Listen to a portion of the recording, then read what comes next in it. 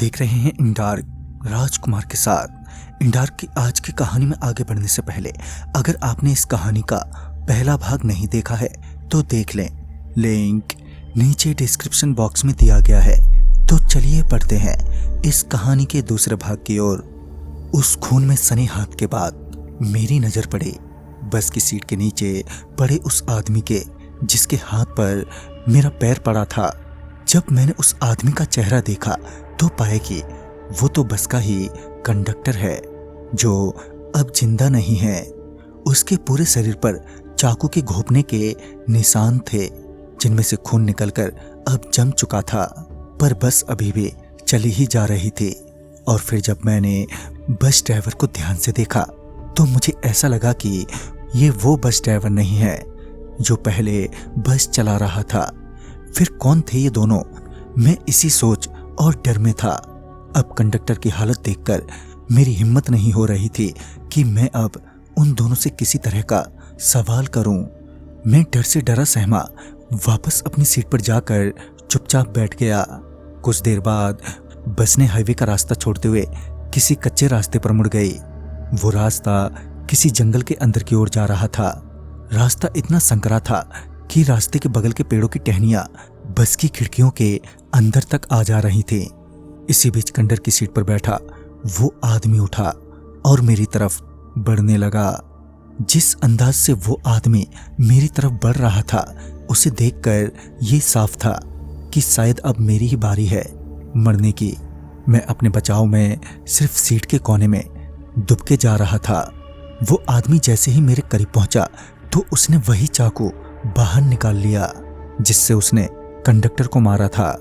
वो खून से लथपथ चाकू को देखते ही मैं रोते हुए बोला, भाई साहब मुझे छोड़ दो, मैं किसी से कुछ नहीं कहूंगा।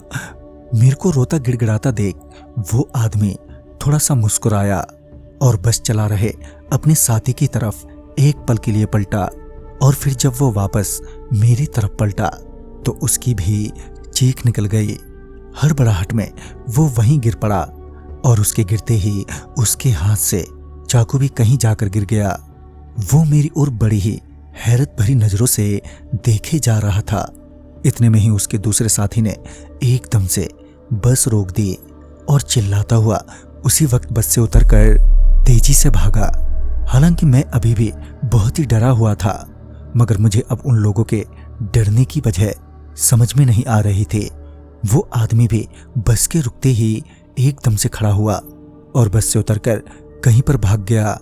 अब बस में मैं अकेला ही रह गया था, वो भी किसी जंगल में। मैं अभी कुछ सोचता कि मुझे ठंड का एहसास होने लगा और साथ ही मेरे रोंगटे भी एकदम से खड़े हो गए। मुझे ऐसा लगने लगा था कि शायद कोई और भी है बस में मेरे अलावा, मगर देखने पर तो सिर्फ मैं ही था।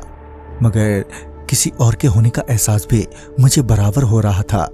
मैं बस में ही बैठा अपने आप को शांत करने की कोशिश कर रहा था और सुबह होने की राह ताकने लगा ताकि दिन के उजाले में मैं इस जंगल से सही सलामत बाहर निकल सकूं। मगर बस में पड़ी उस कंडक्टर की लाश मुझे बेचैन कर रही थी। ऐसा लग रहा था कि वो कभी भी उठकर खड़ा हो जाएगा। कुछ देर तक तो मैं बस में ही चुपचाप किसी तरह बैठा रहा, पर बस में बैठे हुए मुझे कभी एकदम से जोरों की ठंड लगने लगती तो कभी एकदम से नॉर्मल लगने लगता। कुछ देर तक तो मैं यूं ही किसी तरह बस में ही बैठा रहा, मगर जब किसी ने मेरे कंधे पर हाथ रखा तो मेरा दिल धक से हो उठा।